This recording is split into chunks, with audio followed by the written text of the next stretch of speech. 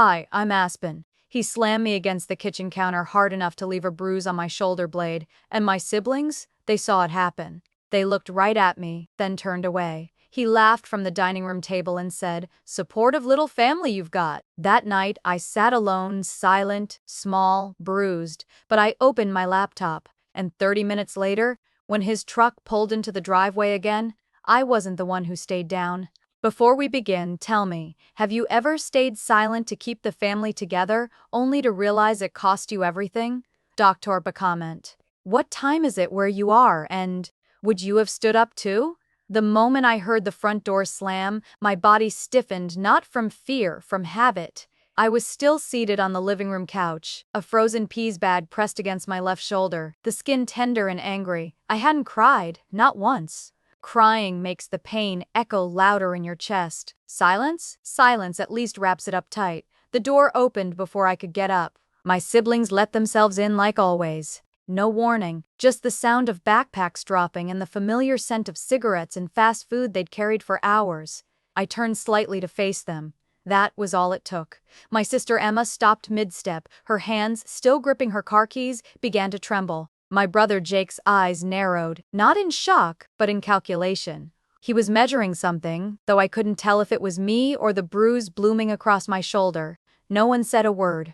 Behind me, the low hum of the television filled the air. Something forgettable, a reality show rerun with fake drama. It clashed against the thick silence now sitting in the room like smoke. And then, like clockwork, Marcus emerged from the kitchen, shirtless, holding a half-empty beer bottle. He leaned against the doorframe and smirked. "Well, would you look at that, the caring little siblings are back." He didn't even bother pretending. Didn't hide the smugness, the glint of control in his voice. Jake gave a stiff nod. Emma averted her eyes. They both walked into the kitchen, placed their bags gently on the counter like they were staging a photo for a magazine. I didn't move. I didn't flinch. And then they walked out, not a word. The door clicked softly behind them, more like an exhale than a goodbye. The clock ticked loudly after that, or maybe it just felt that way. Marcus belched behind me and plopped into the recliner like a man who had nothing left to prove. The chair creaked under his weight. I didn't turn to look at him. I already knew what I'd see, his stomach rising and falling with each slow breath, his eyelids heavy. The smug satisfaction still curling at the corners of his mouth. My fingers touched the bruise again, this time not to soothe, but to remember. The truth is, it hadn't started today. It never does. 2 hours earlier, I'd finally said it out loud. "Stop treating me like I'm something you can push around whenever you're frustrated," I snapped. Marcus had been halfway through his beer, standing in the kitchen. He didn't even flinch, just looked at me like I was interrupting his show. "You done?" he asked, voice flat. "I'm serious." That was all it took. The shove came so fast I didn't even get to brace myself. My shoulder blade hit the counter edge. I stumbled, landed hard against the cabinets. The air left my lungs in a single gasp. I blinked up at him and he apologized. Just like that, hand out, voice softened. "Babe, come on, you always push. You always gotta make it a thing." I don't remember nodding, but I know I didn't argue. Back in the living room, the recliner hissed as he shifted his weight, already drifting into his afternoon nap like nothing had happened. The beer bottle tipped against his chest, balanced there by habit. The room smelled of cheap beer and whatever cologne he thought still worked. I stood slowly, walked into the bathroom, wiped the blood off my lip with toilet paper, didn't even flinch when the paper came back red. I looked in the mirror for a long while. The woman staring back looked tired, but she wasn't broken. I don't matter to them, I don't matter to him. "But I exist," I said aloud. My voice didn't shake. I reached for my phone, opened a message thread labeled only with an initial, typed, "I'm ready," then deleted it, then typed it again. Sent. I didn't look for a reply. Didn't need one. Back in the living room, the sky had darkened. A cold breeze slid under the window pane, making the curtains stir like something was breathing just outside. 30 minutes passed. The kind of 30 minutes where the air thickens and your mind sharpens and then click. The front door. Marcus stirred, grunted, didn't get up. I rose quietly, walked to the door and opened it. Willow stood there. No coat, just a thick sweater and jeans. She held a plain black duffel bag in one hand, a brown folder tucked under her arm. Her hair was pulled back, face clean, calm, but her eyes. Her eyes were locked on mine like we'd been waiting for this moment our whole lives. She didn't say hello, didn't smile, she just stepped inside and looked first at me, then at the Bruise, then at Marcus. I gave the smallest nod. She set the duffel on the floor gently, the folder beside it, no words. I walked to the kitchen. The floor creaked beneath my bare feet. I picked up a small black envelope from the drawer, the kind you save for letters that don't need stamps. Marcus stirred again, muttered something, cracked one eye open. I placed the envelope down beside his beer. He squinted. "What the hell is that?" he mumbled. I looked at him, really looked. For the first time that entire day, I didn't lower my eyes. I didn't back down. "Don't worry," I said softly. "It's not poison." I paused. "But it might kill something else." He blinked, confused, reached lazily for the envelope but missed. I turned, walked down the hallway. The carpet muted my steps. Willow followed silently, the duffel now slung over her shoulder. The door to the bedroom clicked shut behind me, and I let the silence say the rest. I didn't slam the bedroom door. I didn't even let it click shut. I eased it closed behind me like I was putting a baby down for sleep. Willow was already unzipping the duffel before I turned around. The room smelled like lavender cleaner and faint fear, not mine, his. It was still clinging to the walls even though he hadn't stepped foot in here in weeks. Willow placed the folder on the bed right beside a tightly rolled change of clothes, a new toothbrush still in its wrapper, and a black leather-bound notebook with tabs peeking out. I glanced at myself in the mirror above the dresser. The swelling had crept down from my shoulder, pooling into a dull bruise on my upper arm. I pressed 2 fingers to it, not to soothe it, but to remind myself it was real. He'd done that, and my siblings had seen it, seen me, and walked out. Willow pulled out a recorder the size of a lipstick. "Battery's fresh," she said quietly. Then she handed me the folder. I sat on the edge of the bed and opened it. Every page was familiar. Every line was something I'd lived with in silence. A notarized power of attorney granting me sole control over shared accounts. Screenshots of Marcus's online transfers, my inheritance money pulled without consent, funneled into some gambling app with cartoon cards. Incident reports I'd written but never dared submit. One from January, another from June, a third from just last week. Each marked with the same red pen Willow kept in her purse. And then, tucked at the back, a lease. A tiny apartment 12 miles south, under her name but signed by me. "I paid the first 2 months," Willow said. "You don't owe me. I need you to know that." I didn't answer. I didn't cry. I just flipped to the last page, then closed the folder and laid it flat on the bed. 2 weeks ago, we'd sat at the public library, pretending to browse cookbooks while she whispered, "You don't need this stuff to believe yourself, but the court does. His lawyer will." I'd asked her then why she was doing all this, why she was risking anything, and she looked at me like I was slow. "Because no one else is. Because I believe you, and because I'm not leaving you here to rot while they call it a relationship." That night, I didn't sleep. I just stared at the ceiling and finally believed something I hadn't allowed myself to in years. I mattered to someone. Willow tapped her phone. "We've got 1 window. After that, he'll be watching every door, every message, every noise." I nodded. "He's already lost control, he just doesn't know it yet." Her hand disappeared into the side pocket of the duffel and came out holding a flip phone. No apps, no tracking, just numbers and calls. She handed it to me. "He finds out," she whispered. "He'll flip this house upside down." My fingers curled around the phone. "Then we better move before the couch stops snoring." I meant it half as a joke, but as if on cue, I heard the creak of wood just outside the door, the faint shuffle of feet, and the clink of glass on glass. The recliner had given him up. Then silence. Then footsteps. Marcus was moving again. I cracked the door open just enough to hear. The front room was quiet, but I could feel the shift, the stillness before something broke. The envelope I'd left next to his beer was probably open by now. I could picture his face as he saw the statement, the red circles Willow had drawn, the numbers that didn't lie, the withdrawals, the dates, the little yellow sticky note I'd placed at the bottom. "You'll want a lawyer, not a beer." Willow nodded toward the hallway. "Time." Before she could say more, we heard it, heavy steps storming toward the bedroom, but I didn't wait. I opened the door myself and stepped into the hall just as he raised his fist to knock. He froze mid-motion, caught off guard. His eyes were wide, pupils sharp, his lips parted like he was about to bark something, but nothing came. I held up my phone. "That envelope? That's the beginning, not the end." He blinked, confused, then angry. His hand reached out and grabbed my wrist, not hard but firm enough to try control. It wasn't fear I saw in him this time. It was panic smeared with guilt. Before I could speak again, Willow stepped out behind me, her own phone already recording. "Let go of her," she said flatly. "This is already live." Marcus released my wrist like it burned him. He stumbled back a step, eyes darting between us, searching for some footing that no longer existed.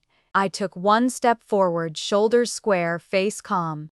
"Smile, Marcus," I said evenly. "You're finally on camera." He didn't move, didn't speak, didn't blink. And that silence, it was louder than the shove. His face twitched when I said it. Not a blink, not a word, just a flicker. Like a wire in his brain short-circuited for a split second. Then came the sound. Not a fist this time, but something louder, desperate, scrambling. "You set me up!" He barked it like a man trying to swat at smoke, realizing too late the fire was already under his feet. "You dragged your friend into our home!" His chest rose and fell too fast. His voice cracked, part rage, part disbelief. "You're trying to ruin me!" I didn't move, didn't flinch. I just watched. Willow held her phone still, angled slightly to the side, her other hand curled around the strap of her duffel. She didn't speak either. No comfort, no warning, just presence. Marcus circled like a caged dog. "This is entrapment, you know that, right?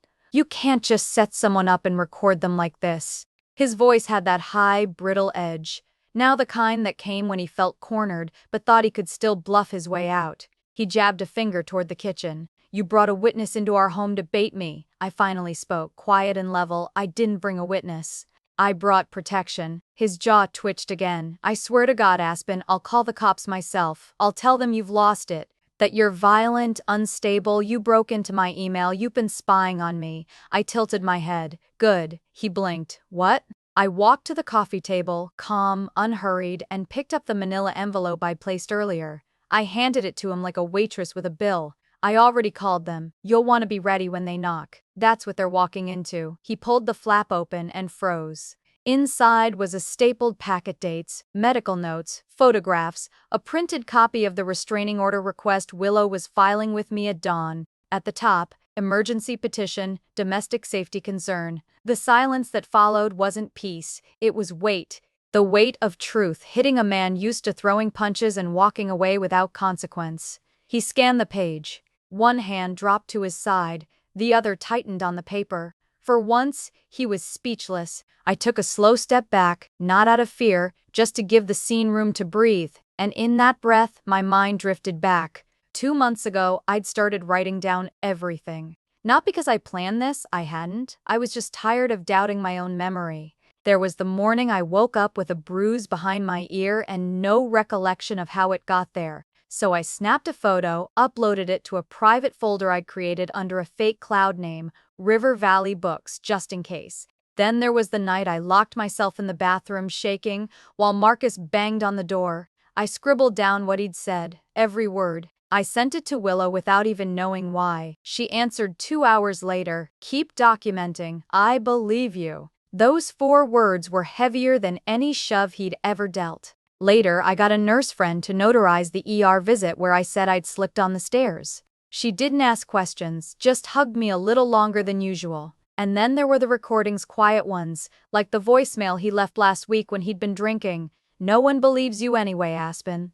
I'm the one with a job. I'm the one who takes care of things. You're just here. You're nothing." That voice, flat and cruel, was now my safety net. Back in the living room, Marcus tried again. "You know what people are going to think? You're the one obsessed. You're the unstable one. I'll tell everyone you were tracking me. You're paranoid."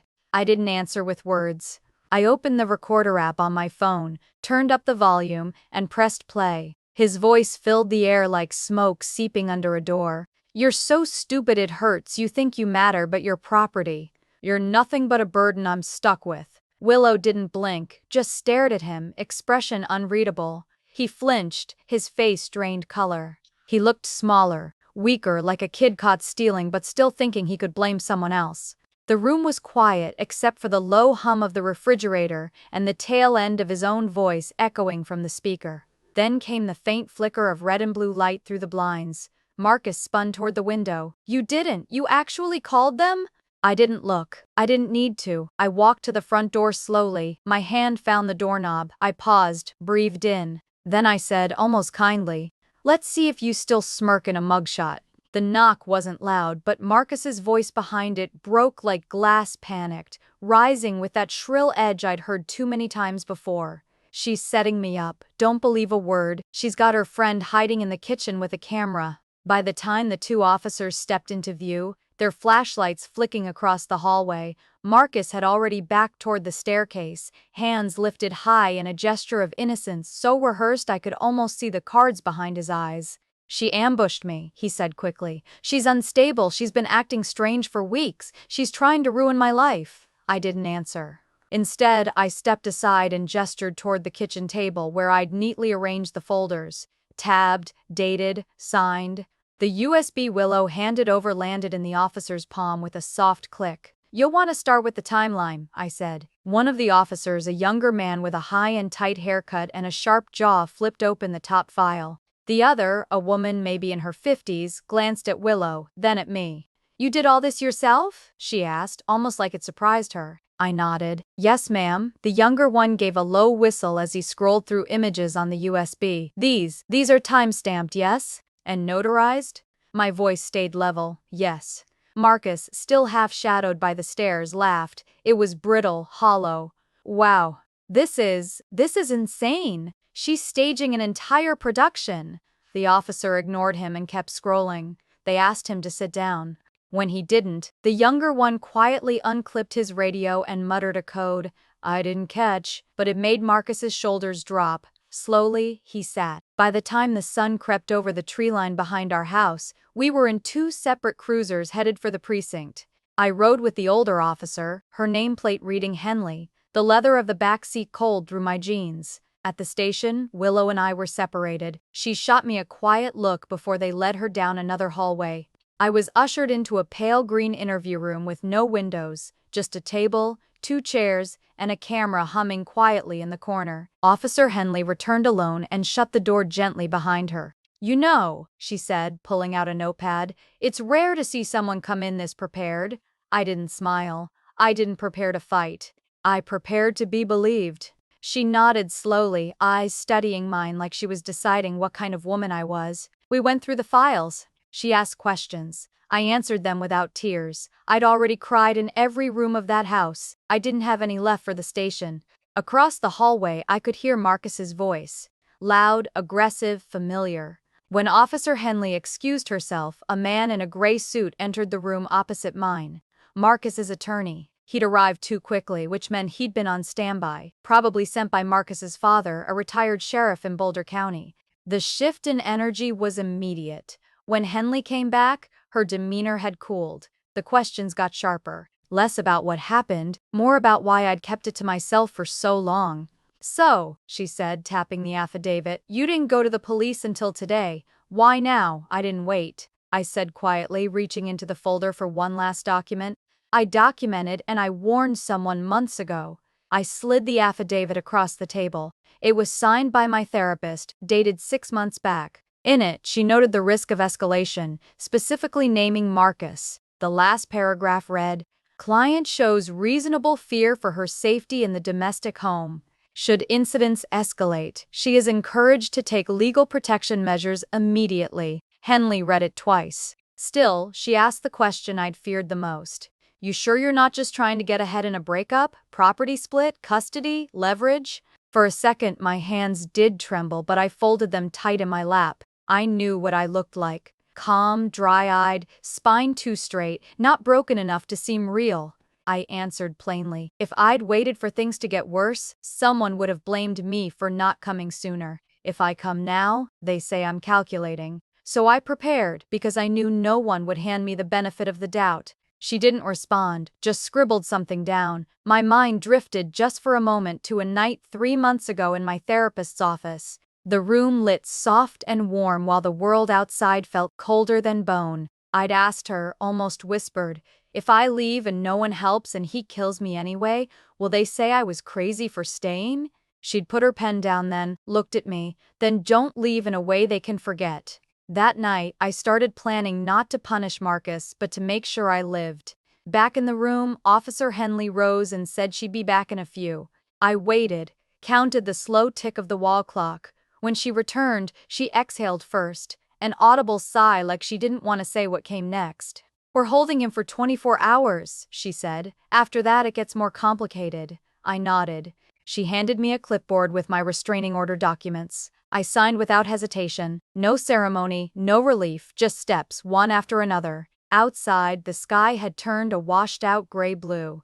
The morning chill bit at my skin, but I didn't shiver. Willow met me at the bottom of the station steps. Her eyes searched mine. Did they listen? I nodded, then turned toward the lot where my car was parked. That, I whispered to myself as I slid into the driver's seat, was the easy part. Because the hard part was telling my mother what happened and hearing her say nothing. The silence in the car ride back to the rental was thicker than anything the police station had offered.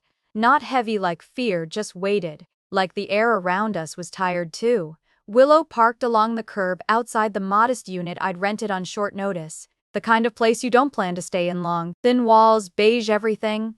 The kind of kitchen that made you reach for takeout menus without even opening the fridge. I turned the key. The door clicked. And that sound, so small, was the first real breath I'd taken all day. We stepped inside. Willow helped me carry the last of the bags in.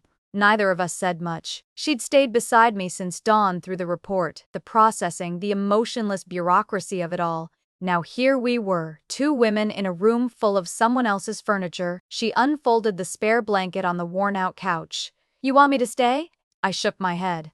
"I need to do this one thing alone." She nodded like she understood. Maybe she did. Maybe she knew this part wasn't about safety or comfort, but something else. Something I had to face with my own voice. After she left, I stood in the middle of that apartment, unsure of what to do with my hands. They felt like they were still holding something. Maybe fear. Maybe memory. I sat down at the little kitchen table, the kind with plastic veneer peeling at the edges. I reached for my phone. My thumb hovered over her name. Mom. It was always just saved as that. Not Mother, not Sarah, not home, just Mom. I tapped it. It rang. And my heart didn't race the way it used to when I was in trouble as a kid. It didn't pound like when Marcus used to yell. It just ached. A deep, hollow kind of yearning that had lived in me for decades. She picked up. "Aspen." Her voice was careful. Not worried, not warm, just level. "I just wanted you to know," I said. "He's been arrested." Pause. "For what?" I swallowed. "For what he's done to me." She didn't say anything. I kept going, not because I wanted to, but because I needed to hear myself say it out loud to someone who knew me before I ever knew fear. The bruises, the hospital visits, the money he took, the screaming. "I thought maybe you saw something. I thought maybe you'd come back." Another long pause. Then, "Relationships aren't perfect, Aspen, but airing your laundry like this, we raised you stronger than that."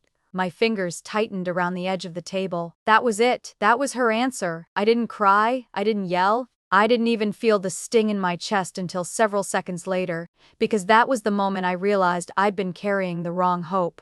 I set the phone down, didn't hang up, just let it sit there on the table, her voice still humming in the background, then fading, then gone. I opened my journal, the one Willow gave me months ago, back when she started noticing the quiet in my eyes.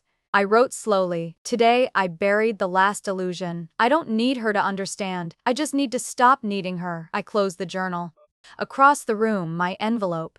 The envelope peeked out from my purse, the one I'd carried into the precinct full of records, photos, statements, the one I never thought I'd use. I pulled out a clean folder from the drawer and slid the envelope inside. Then I labeled it in black marker, "Closure." The sun had dipped by now. Shadows crept long across the carpet, the kind of light that makes everything look quieter than it feels. I made tea, something warm to hold, not to drink. I sat back on the couch, letting the steam rise and curl into the air. My body still remembered where every bruise had been, but I didn't flinch anymore. That's when the knock came, not harsh, just two sharp taps. I stood, opened the door. Willow. Her face was pale, eyes wide, not from fear, from disbelief. "You need to see this." She brushed past me and grabbed the remote from the coffee table, flipping on the tiny mounted TV above the counter, a local news broadcast. There he was. Marcus in a button-down shirt, not even wrinkled, like nothing had happened. His lawyer stood off to the side, nodding along as he spoke. "I never wanted to hurt anyone," Marcus said into the microphone. My girlfriend, she's struggling emotionally. It's been a hard time. I just want her to get the help she needs. Help! Willow looked at me. I didn't blink. I just watched. He smiled for the camera and something inside me stopped shaking. I walked back to the table, opened my laptop, sat down.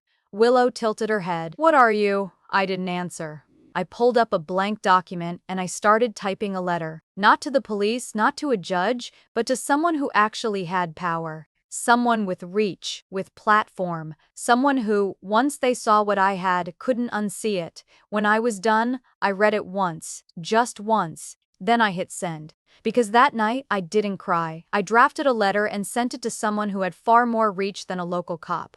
By the time the streetlights had faded into early gray, I was still awake. The apartment was quiet except for the occasional hum of the refrigerator. My body hadn't asked for sleep, it had asked for truth, and I gave it that. Now I sat at the tiny kitchen counter, hunched over my laptop, the screen dimmed but alive. I sipped from a chipped mug of coffee that had gone cold hours ago. My hands didn't shake, not from fear, not anymore. I wasn't hiding anymore. The email was open, addressed to Catherine Reed, a journalist I'd never spoken to but had been watching for weeks. Her face had come on my screen one sleepless night, reporting on a woman who exposed her brother, a state representative, and survived not just the scandal, but the shame. Her story rewrote state law.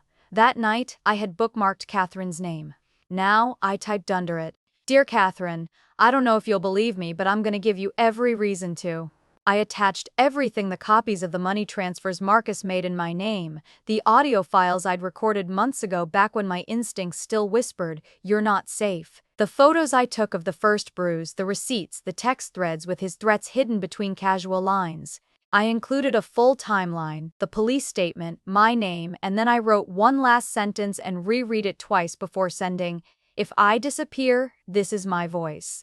Publish it anyway. I hit send, I closed the laptop and leaned back in the chair, staring out the small kitchen window. The sky was turning from steel to pale peach. Somewhere down the block, someone was dragging trash bins to the curb. Life outside hadn't changed, but something in me had. I hadn't cried last night and I wasn't going to now. But my breath came deeper, slower, like I had finally exhaled something I'd held for too long. I stood and walked to the bathroom, turned on the light, faced the mirror. The bruise under my left shoulder had started to yellow. It looked like old fruit. And for a moment, I reached up and brushed it gently with my fingertip. You're not my shame anymore, I whispered. It didn't sound powerful, but it sounded honest. My phone buzzed on the counter. An email notification. I rushed over and opened it. From Catherine Reed. Subject, story submission, body. This will not be buried. I'll call you in an hour. That's when I let myself smile, just a small one. I put the coffee down and rinsed my face in cold water, then returned to the laptop to wait. I didn't pace. I didn't second guess. I just sat there, heart steady. 45 minutes later, the Zoom link arrived. I clicked. Her face appeared. Sharp eyes, no makeup. She looked like she hadn't slept, but she also looked like someone who didn't waste time. Aspen, she said, thank you for trusting me.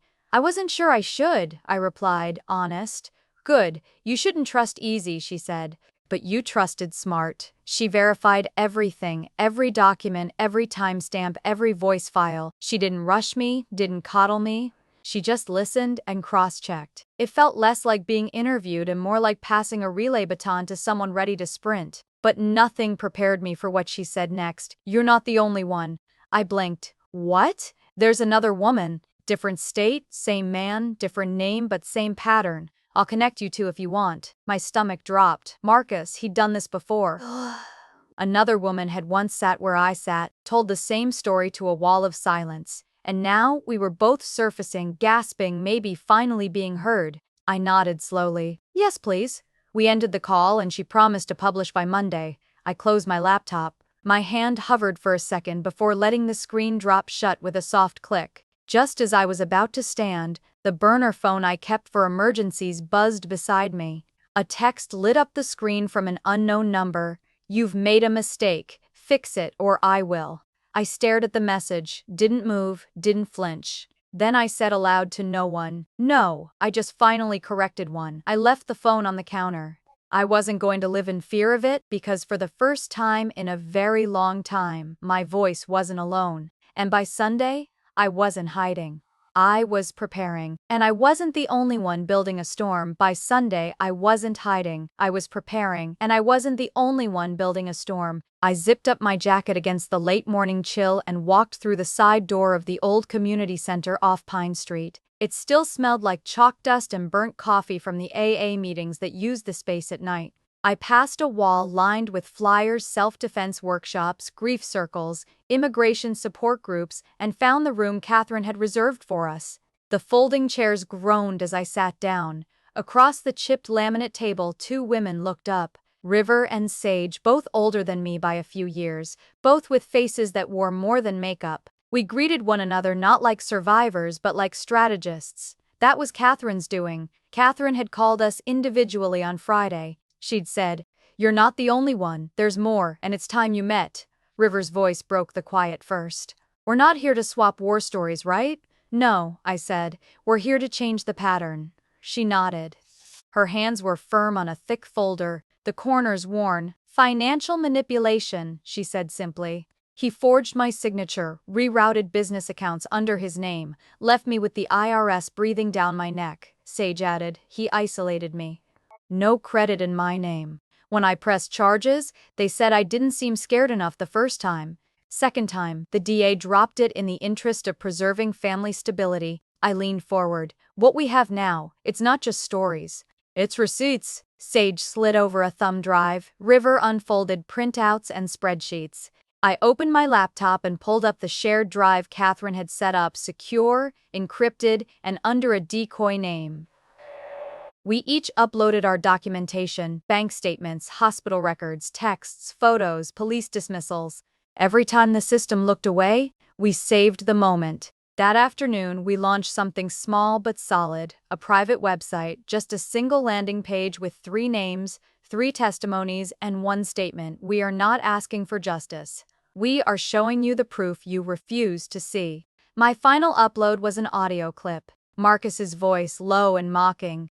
"Even if you scream, no one's listening." I typed a caption beneath the audio file, "We heard each other." That was it. No hashtags, no drama, just reality. Around 4 p.m., I drove back to my apartment. The wind had picked up a little, as if the air itself knew something was shifting. I stopped by the corner market, picked up some pasta and 2 frozen lemon bars. I'd never liked them much, but they were my mom's favorite. Maybe I just needed to remember someone used to care. Or maybe I was preparing for the kind of closure you don't find in courtrooms. Back home, I plugged in my phone and sat at the kitchen table. I pulled up the news site Catherine worked with. A draft headline sat in her final review folder. "The hands behind the silence. 3 women, 1 man, and the system that let him roam." The words stared back at me like something sacred and dangerous all at once. I pressed a palm flat against the tabletop to ground myself. My other hand reached up, almost without thinking, to the fading bruise under my right shoulder. Still, they're faint and yellowed now, but a memory all the same.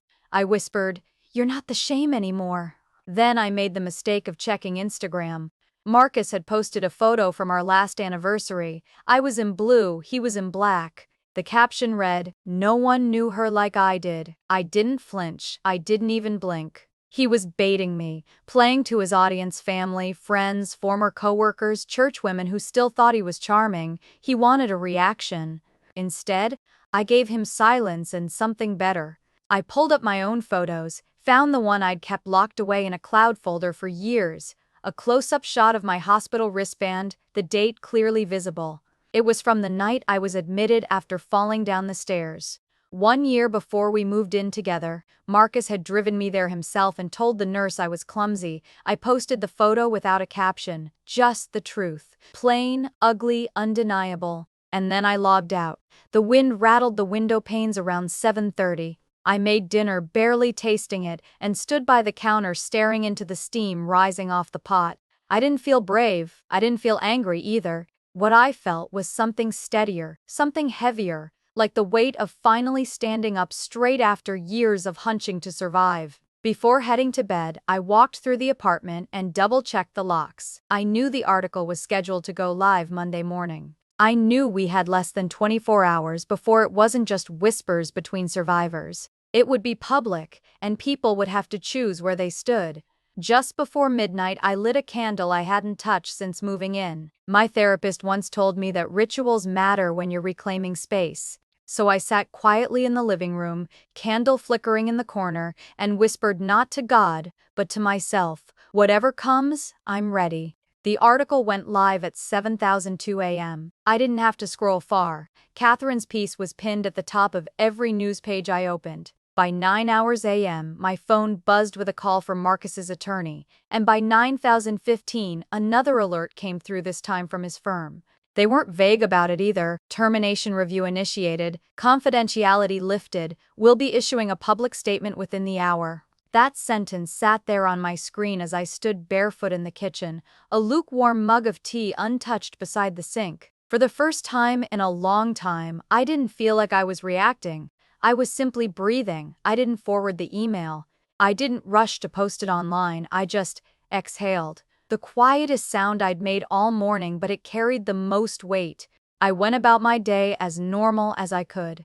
I folded laundry, fed the cat, wiped the edge of the windowsill with my sleeve where dust had settled. Every now and then, I checked my phone, not obsessively, but enough to watch the digital current swell. The comments were flooding in beneath the article, some praising Catherine's reporting, some sharing their own truths. But it was the private messages that stopped me cold. One was from a name I didn't recognize, a woman named Camille. She wrote, "I read the article. I was one of his girlfriends. Thank you for not staying quiet." I sat down at the table not because I felt weak, but because my knees trembled in a different way. Not fear, something more like release. By noon, another number appeared on my screen. A different law office. I hesitated but answered. Aspen Morrison. The voice on the line was calm, measured, a woman. "My name's Teresa Garrett. I'm with the district attorney's office. I wanted to let you know we're reopening your case." I didn't reply immediately. My mind blanked, like it didn't know how to compute that sentence. Teresa continued gently. "I'm sorry it took this long. There were procedural barriers. But now that certain pieces have surfaced publicly, particularly the audio, those barriers no longer apply. I could have said 1,000 things. I could have asked why it had to take an article, a social storm, a wave of strangers. But I didn't. Instead, I just said, thank you for catching up. And she understood exactly what I meant. We scheduled a formal statement for Thursday. After I hung up, I found myself walking into the bedroom. The closet door stood slightly open. I pulled it wide and stepped inside, like I had months ago, back when my only form of truth was a whisper between clothes racks and silence. I remembered it clearly, the phone clutched against my chest, my voice barely audible. "I'm recording this just in case," I'd said that day. That audio was now embedded at the end of Catherine's article, and now, according to Teresa, it was also logged into the official courthouse file. From my pocket, my phone buzzed again. I walked back to the kitchen and unlocked it, half expecting another message of support. But it wasn't that. It was Marcus. He had just uploaded a video. No edits, no background music, just his face. Messy hair, eyes red, voice shaking. "They're painting me like a monster," he said. "She's making it sound like I'm some kind of abuser. I loved her. I still do. But this is cruel. She's not the woman you think she is. She's vengeful." I watched in silence, not because I was shocked, but because I could finally see through the performance. I used to mistake that voice, the fragility, the cracks, for regret. But now it just felt like someone desperately trying to pull a mask back on, even after it had already hit the floor. Beneath his post, the comments were a mix at first, but then one took off. A woman replied, "She didn't break the silence, she survived it." That's louder. It was shared over 30,000 times before the hour was up. I closed the video, set my phone down again. It was only mid-afternoon when the next notification arrived. A legal one this time. Protective order expanded. Defendant is required to surrender all registered firearms by 10 p.m. tonight. I reread it once, then again slowly. The timestamp matched the motion. He'd been served. I leaned back in my chair, watching a thin beam of light stretch across the floor from the window. My tea was cold. My cat was curled up in the same patch of sun he always claimed. And for the first time since all of this began, the air around me felt still. I said it quietly, out loud, more to the walls than to anyone in particular. "We're not done, but now we're not invisible either." There was no anger in my voice, just truth. And truth, when it finally has space to exist, doesn't need to scream. That night, I lit a candle not for grief but for something I'd forgotten I deserved: peace. A week later, as the sun dropped behind the city skyline, I stood outside the courthouse again. Same steps, same wide doors, but my knees didn't shake this time. In my hands, I held a sealed manila folder, the last of the paperwork. It wasn't heavy, not in weight, but in meaning. It might as well have been made of stone. My request to finalize the restraining order, to let the protective order stand until the judge handed down a sentence. But that wasn't the reason I came tonight. I wasn't here to file papers, I was waiting. A breeze moved my coat as I watched cars ease past on the road. Evening traffic, horns low, radios, the occasional burst of laughter from a sidewalk cafe across the street. The courthouse loomed behind me, quiet now, its last clerk locking up the side entrance. Then headlights turned into the lot. The car rolled to a stop, and Willow stepped out first. She didn't wave, she just looked at me like I was already understood. River followed, coat sleeves pushed up, her expression calm but tired. Behind her, Sage, she carried nothing but a small candle in her hand. It was unlit. We didn't need words. We'd used so many already in months of late-night calls, hushed confessions, and courtroom benches. They stood beside me like pillars. "I came here alone once," I murmured. "I leave with sisters now." Willow squeezed my arm. River gave a half-smile. Sage simply nodded. The last of the sunlight kissed the horizon in orange and lavender. We stood there, 4 women facing a building that once echoed with silence. I turned, folder still in hand, and we walked in together. Inside, the corridor was dim. Fluorescent lights flickered above. The clerk at the front desk didn't even look up. I approached, handed over the envelope. He asked, "Final filing?" I nodded. Yes. He stamped the form. No cameras, no crowd, no lawyers, no Marcus, just the sound of paper sliding into a metal tray. "Anything else?" he asked. "No, that's all." The walk back outside was quiet. When I pushed open the glass doors, the air felt fresher, cooler on my skin, sharper in my lungs. I stood there a moment longer, breathing. Across the street, a couple walked by arm in arm, mid-conversation. A little boy chased a pigeon on the courthouse lawn. Life kept moving. Even when yours felt paused, it never really stopped. River reached into her coat and pulled out a thermos. "Tea," she offered. "Chamomile." I accepted a sip, still warm, familiar. "I remember the first time I called you," Sage said. "You sounded small, not weak, just hidden." "I was," I replied. Hiding felt safer. There was a pause. Then Willow added, "But you still picked up the phone." That moment settled deep, because that was it, wasn't it? I didn't scream. I didn't break down in public. I didn't throw anything or fight him in front of witnesses. I just picked up the phone, whispered, documented, waited, and then moved. I blinked back, and suddenly it was all there. The first bruise I covered with makeup. My mother's eyes, how they dropped to the floor instead of meeting mine. Marcus's voice after the first apology. "You made me do that." The sound of a lock clicking and no one coming back. And finally, me alone in the closet, one hand trembling, whispering into my phone, "My name is Aspen. I'm scared, but I'm done pretending I'm not." That clip made it into the article and into the court file, not because it was dramatic, but because it was real. I exhaled slowly and looked up at the courthouse windows. I imagined someone behind the glass reading my file now. Maybe a young lawyer, maybe a judge, maybe just another clerk. And maybe they'd pause not out of pity, but because they heard a woman who didn't yell, didn't perform, but survived. I turned to the others. "I'll walk home." "You sure?" Willow asked. I nodded. "I need the air." They didn't argue. They just hugged me, one after the other. No fanfare, no final speech. As they pulled away, Sage pressed the unlit candle into my hand. "For your window," she said. "In case someone's still out there waiting to believe it gets better." I walked the rest of the way with the candle tucked in my coat pocket. The streets glowed amber under street lamps. My steps felt lighter, not free maybe, but no longer chained. When I reached my apartment, I unlocked the door, slipped off my shoes, and moved through the rooms without turning on every light like before. The place wasn't big, but it was mine and quiet. Not the kind of quiet that hides bruises, but the kind that lets you exhale. I stood by the window, the same one I'd stared out of the night he didn't come home and the nights I'd wished he wouldn't. I lit the candle. Its small flame flickered gently against the glass, casting just enough light to be noticed from the street.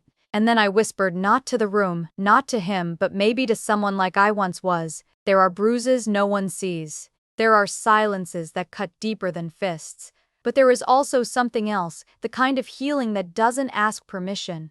I didn't move for a long while, just stood watching the candle burn, and in its light I didn't see what I'd lost,